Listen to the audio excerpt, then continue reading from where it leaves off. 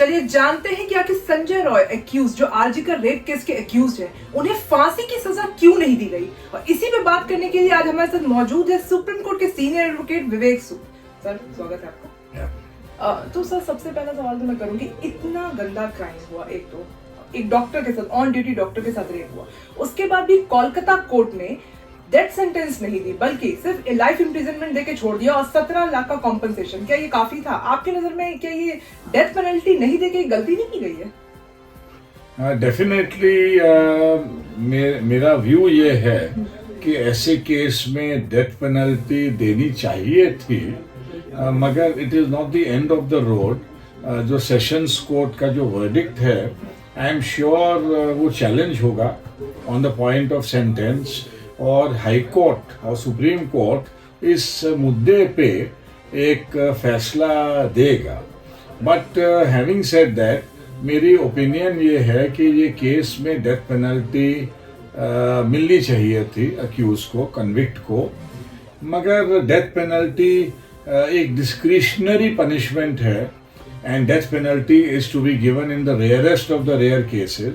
और कई बार ऐसा देखा गया है कि जहां पे सर्कमस्टेंशियल एविडेंस के केसेस हैं, जहां पे डायरेक्ट एविडेंस का केस नहीं है, वहां पे एक टेंडेंसी है कोर्ट्स की कि डेथ पेनल्टी ना दी जाए और उसके बदले में लाइफ इम्प्रिजनमेंट दी जाए।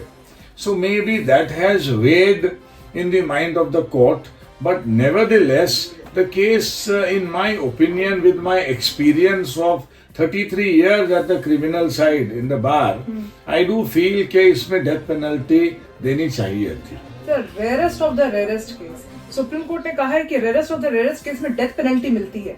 ऑन ड्यूटी डॉक्टर के साथ इतना गंदा क्राइम, ऊपर से मार दिया गया। सर अब इससे ज्यादा रेयरेस्ट क्या हो सकता है? पूरा देश 6 महीने पहले से दहल गया था, बिल्कुल। तो अब तो हाईकोर्ट अभी हाईकोर्ट में गया है, ममता सरकार ने हाईकोर्ट में लेके गई कि डेथ पेनल्टी डिमांड कर रही है, मगर क्या कोर्ट को खुद से ये नहीं समझ आना चाहिए था? मतलब समझना चाहिए था कि हाँ, इसमें डेथ पेनल्टी ऑलरेडी देनी चाहिए थी। निर्भया जैसे केसेस में भी डेथ पेनल्टी दी गई है। फॉरेंसिक एविडेंसेस की भी बात की जाए तो डीएनए सैंपल सब एक्यूज से मैच कर रहा था। स्टिल और भी अगर उसमें, जैसे संजय राय का कहना है कि उसमें और भी कुछ एक्यूज शामिल थे जिनका नाम नहीं आया है, मतलब इसे गैंगरेप नहीं कंसिडर किया जा रहा सिंगल, लेकिन सर टेंडेंसी देखा जाए तो कितना ज्यादा हाई लेवल पे ये क्राइम किया गया है, स्टिल इसमें डेथ पेनल्टी नहीं। तो व्हाट इज लाइक? हाँ, you are absolutely right, but that is why we have 3 tiers in the judiciary. That is why ये जो एक वर्डिक्ट है, ये एक फाइनलिटी नहीं है। इस वर्डिक्ट में ये चैलेंज हो गया है, अब ये हाई कोर्ट जाएगा and I am sure, in my view, high court इसको एग्जामिन करेगा और कहीं ना कहीं with my experience, I can say that it is likely that the life imprisonment को death penalty में convert कर दिया जाएगा। पर हमें देखना होगा, ये कोर्ट सारे फैक्टर्स को वे करेगा, बिकॉज डेथ पेनल्टी के लिए जो फैक्टर्स हैं उसमें सुप्रीम कोर्ट ने कहा है, मच्छी सिंह के केस में और भी कई केसेस में, कि जो ट्रायल कोर्ट है या कोर्ट जो है वो एक बैलेंस शीट बनाएगा और उस बैलेंस शीट में जो एग्रावेटिंग फैक्टर्स हैं और जो मिटिगेटिंग फैक्टर्स हैं उनको लिस्ट आउट करेगा, और and based upon the aggravating factors and the mitigating factors court फैसला देगा कि किसी केस में डेथ पेनल्टी होनी चाहिए, लाइफ इम्प्रिजनमेंट होनी चाहिए। इस केस में इन माय व्यू अगर मैं जज होता, हाँ, तो definitely in my view the case called for a death penalty. However a judgment has come और उस जजमेंट को चैलेंज भी कर दिया गया है। तो वो जो जजमेंट है, जो सेंटेंस का जो ऑर्डर है,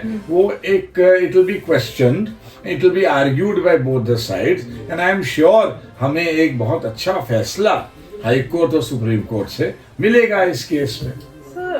rarest of the rarest case law के अकॉर्डिंग क्या है? मुझे तो पहले ये जानना है। जी, rarest of the rare cases वो केसेस हैं जहां पे इतनी ब्रूटल है, वो क्राइम इतना ब्रूटल है that it shocks the conscience of the society. तो आरजी कर सर उसमें फॉल नहीं करता है क्या? इन माय व्यू वो करता है।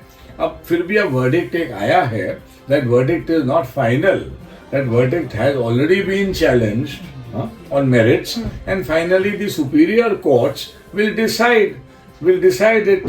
अब ये कहना कि वो जज साहब ने लाइफ इम्प्रिजनमेंट क्यों दी और डेथ पेनल्टी क्यों नहीं दी, उन्होंने तो एक्सप्लेन किया है कि उन्हें ये case rarest of the rare नहीं लगा है। हाँ, तो ये ठीक है। अब ये that is why there is an element of subjectivity. जो सेंटेंसिंग है वो एक बहुत ही सब्जेक्टिव पार्ट है of the criminal justice system. अगर आप इस केस में अगर आप 10 डिफरेंट टाइप्स ऑफ जजेस विद डिफरेंट आइडियोलॉजीज आप बिठा दें और उनको कहें कि आप डिसाइड करिए इस केस को, तो शायद कई सारे जजेस कहेंगे कि भाई हमें इसमें तो लाइफ इम्प्रिजनमेंट दिखती है, कुछ जजेस कहेंगे कि डेथ पेनल्टी हमें दिखती है।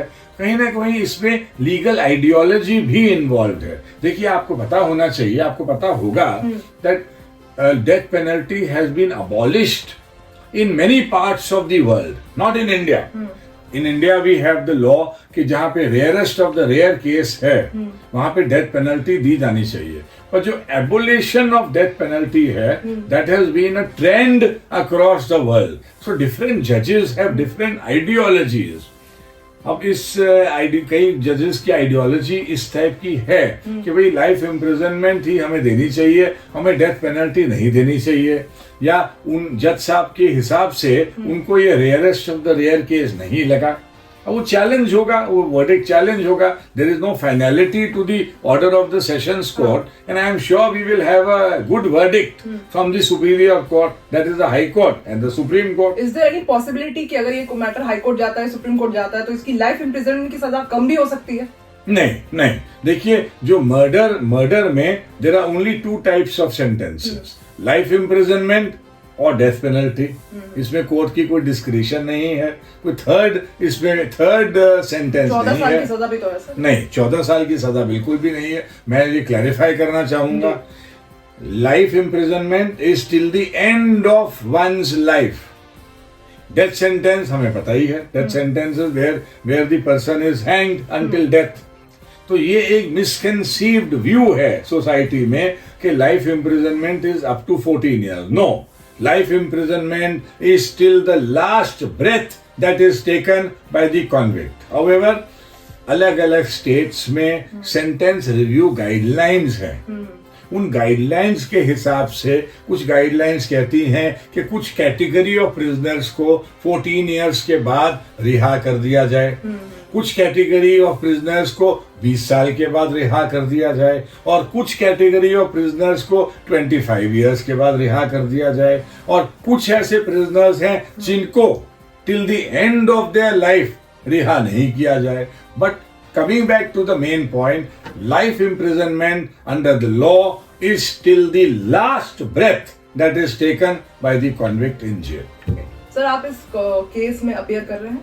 जी, मैं आरजी कौर वाले केस में एक ग्रुप ऑफ डॉक्टर्स हैं जिनकी तरफ से मैं अपीयर हो रहा हूं, कई बार अपीयर हो चुका हूं, और हमने कुछ मुद्दे उठाए हैं सुप्रीम कोर्ट के आगे for protection of women in hospitals and other medical facilities.